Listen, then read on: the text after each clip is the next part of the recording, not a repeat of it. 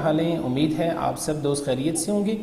आज हम आपके सामने सब्जेक्ट स्पेशलिस्ट इंग्लिश का पेपर लेके आए हैं जो कि elementary and secondary education department की तरफ से जारी किया गया है, लिया गया है और यह है एडवर्टाइजमेंट नंबर 9/2021 का जो टेस्ट है वो है और ये लिया गया है 17/9/2022 यानी 17 सितंबर 2022 को लिया गया है।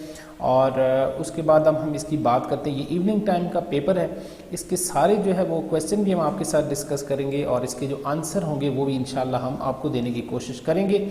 और ये 45 मार्क्स का पेपर था और उसके बाद 1 आवर टाइम इसके लिए जो है वो दिया गया था और इसका जो पेपर है वो हम आपके साथ शेयर करने जा रहे हैं। इससे पहले अगर आप हमारे channel the light of education के ऊपर नए हैं तो चैनल को लाजमी सब्सक्राइब कर लें ताकि आने वाली बाकी सब्जेक्ट्स की भी आपको वीडियो बर वक्त मिलती रहें। तो यहाँ पे हम पेपर स्टार्ट करने से पहले आपको बताते चलें कि इंग्लिश चूँकि मेरा टॉपिक नहीं है, सब्जेक्ट नहीं है, लेकिन यहाँ पे जितने भी आंसर होंगे वो इंशाल्लाह दुरुस्त होंगे क्योंकि ये पेपर हमने एक हमारे एसएस इंग्लिश हैं कॉलेज में 5-6 साल उनका एक्सपीरियंस हो चुका है, उनसे सॉल्व कराया है। कहीं ना कहीं अगर प्रोनाउंसिएशन की प्रॉब्लम भी हो आप उसको इग्नोर कर दें, आप आंसर को देखें, इंशाल्लाह वो दुरुस्त होंगे। तो यहाँ से स्टार्ट करते हैं आज का ये पेपर। और पहला क्वेश्चन था कि a language that has evolved from a pidgin language to become the first language of speech community. तो इसका जो दुरुस्त ऑप्शन है वो है ऑप्शन नंबर बी और वो है क्रेल। और उसके बाद दूसरे नंबर पे जो क्वेश्चन है वो है जी असाइनिंग और rotating things to the wrong period of time either too early और टू लेट। ठीक है जी, तो इसका जो दुरुस्त ऑप्शन बनता है वो है ऑप्शन नंबर 1 और ये है जी हमारे पास अनार्कोनिज्म। ठीक है जी, उसके बाद option question number 3 language use to describe और एनालाइज लैंग्वेज। इसको कौन सी लैंग्वेज होती है जो कि डिस्क्राइब के लिए या एनालाइज लैंग्वेज के लिए इस्तेमाल होती है? तो option number B is correct option और वो है मेटा लैंग्वेज। ठीक है जी, मेटा लैंग्वेज जो है वो यहाँ पे इसका दुरुस्त ऑप्शन है। उसके बाद क्वेश्चन नंबर 4 है a speech act in which the speaker performs an act simply by uttering certain word. ठीक है जी, इसके लिए जो दुरुस्त ऑप्शन है वो है लोकोशन। ठीक है जी, और ये है हमारे पास यहाँ पे ऑप्शन नंबर सी। ठीक है जी, ये इसका दुरुस्त ऑप्शन है। ठीक है जी, उसके बाद नेक्स्ट हमारे पास आ जाते हैं जी क्वेश्चन नंबर 5 कि the theory that human are biologically programmed for speech. तो दुरुस्त ऑप्शन क्या है जी इसके लिए? तो इसका दुरुस्त ऑप्शन है एनॉटनेस। ठीक है जी, और यहाँ पे ये वाला हमारा ऑप्शन है ऑप्शन नंबर सी। ठीक है जी, इस तरह से नेक्स्ट है question number 6 the fusion of two abbreviate form into a single new word. ठीक है, तो दुरुस्त ऑप्शन इसका है जी blending. Option number 1 is correct option. Next हमारे पास क्वेश्चन नंबर 7 है कि the complete system of language that is theoretically shared by user of that language. इसको क्या कहते हैं? लैंग्वेज कहते हैं जी या प्लूरल कहते हैं या टीजीजी कहते हैं या नन ऑफ दीज है। तो इसका ऑप्शन जो ए है ये दुरुस्त ऑप्शन है। लैंग्यू इसका जो है वो दुरुस्त ऑप्शन है। नेक्स्ट है question number 8 the study of the state of language at any one time past और प्रेजेंट इज कॉल्ड। तो इसका जो दुरुस्त ऑप्शन है वो है सिंक्रोनिक। ठीक है जी, सिंक्रोनिक। ऑप्शन नंबर सी इसका जो है वो दुरुस्त ऑप्शन है। नेक्स्ट है a construction which express duty और एब्लिगेशन।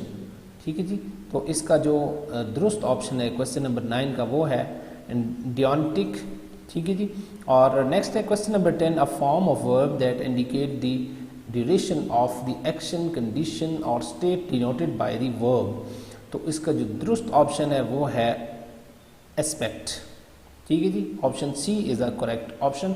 उसके बाद है जी astute is a similar in meaning to. तो ये इसके साथ जो सिमिलर मीनिंग है वो कौन सा है? तो इसके साथ ये यहाँ पे देखें ऑप्शन नंबर सी को श्रेड, ये इसके साथ जो है ना वो मिलता जुलता इन दोनों का मीनिंग बनता है।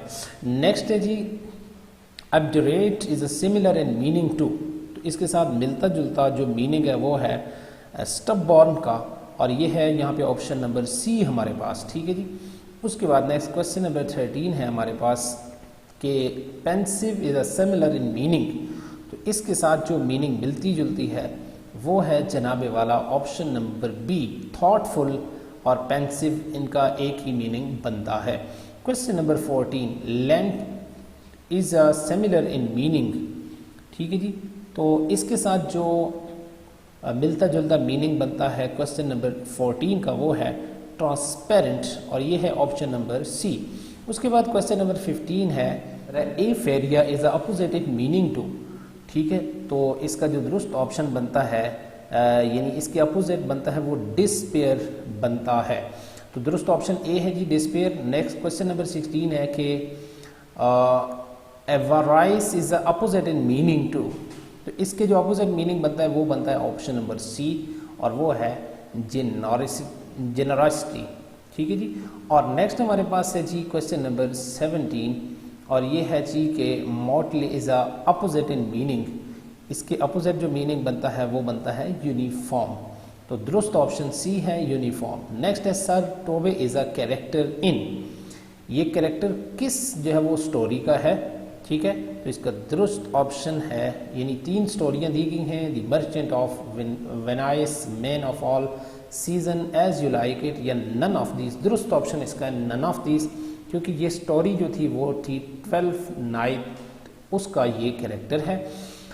Question number 19, the tour is a collection of poetry bye, ठीक है जी।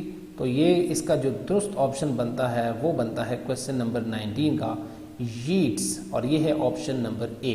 नेक्स्ट क्वेश्चन नंबर 20 है the restoration period in the history of English literature began with Charles two return from exile in, ये कब जो है ना वो हिस्ट्री इसका पीरियड स्टार्ट होता है।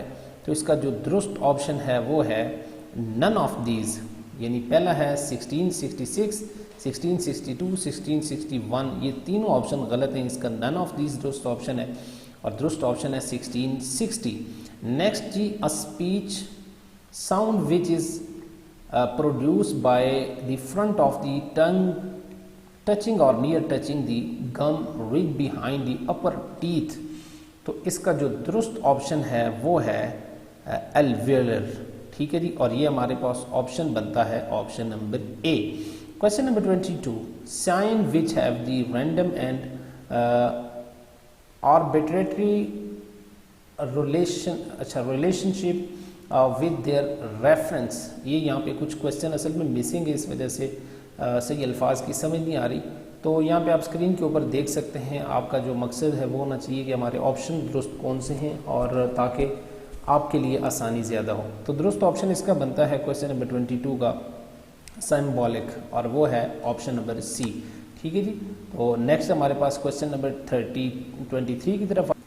नेक्स्ट है जी the language produce by are non native speaker of a language, तो दुरुस्त ऑप्शन इसका बनता है जी इंटर लैंग्वेज, और ये है जी option number B. Next question number 24 है, यहाँ पे देखें कितने मुश्किल अल्फाज हैं, यानी प्रोनाउंस करते हुए भी अच्छा खासा मसला हो रहा है। तो बहरहाल जो MA इंग्लिश के स्टूडेंट हैं वो समझ सकते हैं, उनके लिए जो है वो मसला नहीं होगा। क्वेश्चन नंबर 24 है यहाँ पे, which one of the following is not written by Chaucer, तो इसका जो दुरुस्त ऑप्शन है वो है पियर्स प्लोमैन, और ये है जी ऑप्शन हमारे पास ऑप्शन नंबर 1, ठीक है जी। और उसके बाद है क्वेश्चन नंबर 25 के पैराडाइज, और ये है जी Paradise Regained was publish together with, ये किसके साथ जो है ना वो मिलकर पब्लिश की गई थी। तो इसका जो दुरुस्त ऑप्शन है वो है ऑप्शन सैमसन अगॉनिस्ट, और ये हमारे पास जो है वो ऑप्शन बनता है ऑप्शन ए। क्वेश्चन नंबर 26 के मॉस्रो is a comedy history play, ये क्या चीज़ है जी। तो ये वाला जो प्ले है ये है जी 26, इसका ऑप्शन है दुरुस्त ऑप्शन है, ये एक कॉमेडी है जी, ठीक है। ये एक फ़नी कैरेक्टर है, फ़नी ड्रामा है, हिस्ट्री है।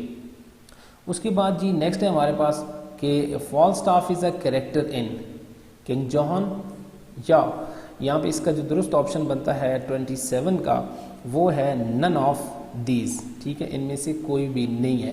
उसके बाद question number 28, bottom is a character in, ये कैरेक्टर कौन सी स्टोरी के अंदर है जी? दुरुस्त ऑप्शन है अ मिडसमर नाइट्स ड्रीम। तो यहाँ पे ये वाला ऑप्शन हमारे पास बनता है ऑप्शन नंबर बी।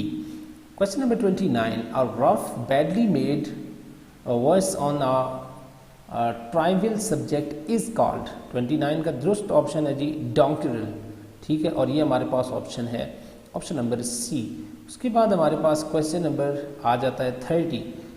तो 30 नंबर क्वेश्चन है कि Adonis is an example of, इसका दुरुस्त ऑप्शन है क्वेश्चन नंबर 30 का एलिजी। तो ऑप्शन नंबर ए जो है वो दुरुस्त ऑप्शन है। Who among the following was not a war poet, इनमें से कौन सा ऐसा पोइट है जो कि जंग का शायर नहीं था? तो इसका जो दुरुस्त ऑप्शन है वो बनता है एडमंड ब्लैंडन, ठीक है जी। तो यहाँ पे हमारे पास इनमें ऑप्शन जो है वो ये वाला ऑप्शन सी दुरुस्त ऑप्शन है। 32 में humans ability to use language communicate about the things that are absent. तो दुरुस्त ऑप्शन 32 का बनता है displacement. Option number C is दुरुस्त करेक्ट ऑप्शन, ठीक है जी। नेक्स्ट है क्वेश्चन नंबर 33 कि इंग्लिश लैंग्वेज बिलोंग्स टू। तो इसका ताल्लुक इंग्लिश लैंग्वेज का किसके साथ है? तो यहाँ पे इन्होंने जो ऑप्शन दिए हुए हैं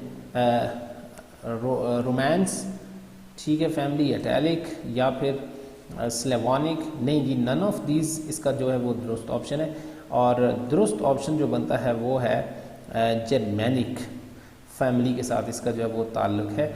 उसके बाद है जी कि ये लफ्ज़ जो है वो मिसिंग है, पेजोरेशन इज़ एन एग्जाम्पल ऑफ। दुरुस्त ऑप्शन है जी इसका symmetric change. Option A is a correct option. Next question number 35, the lexical relation in which the meaning of one word is included in the meaning of another.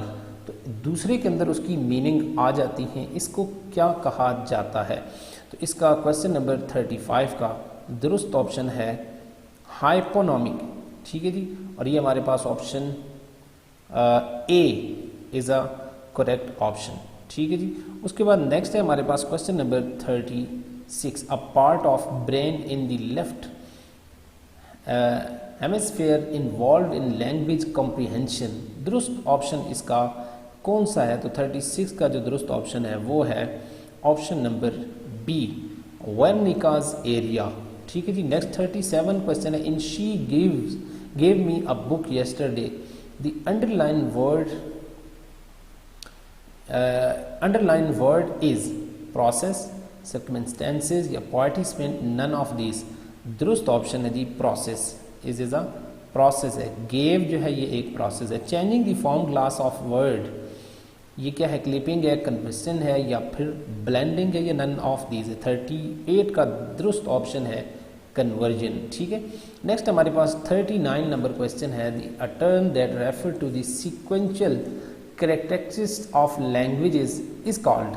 इसको क्या कहा जाता है जी? तो दुरुस्त ऑप्शन है सेंटागमेटिक। दुरुस्त ऑप्शन है यहाँ पे ऑप्शन नंबर बी। नेक्स्ट है जी question number 40, the form of noun which usually shows that the noun is a possessive relation with another noun, इसको क्या कहा जाता है? दुरुस्त ऑप्शन है जेनेटिव, ठीक है जी। तो यहाँ पे option number C is a correct option. 41 number question है जी कि यहाँ पे तो सेनेक्डोच इज जो दुरुस्त ऑप्शन इसका बनता है क्वेश्चन नंबर 41 का वो है पार्ट रिप्रेजेंटिंग द होल, ठीक है जी।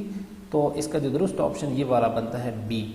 नेक्स्ट है जी अ शॉर्ट पॉइंटेड सेइंग, इसको क्या कहा जाता है जी? शॉर्ट पॉइंटेड सेइंग को पैराडॉक्स कहा जाता है या फिर एपाग्राम कहा जाता है या नन ऑफ दीज है।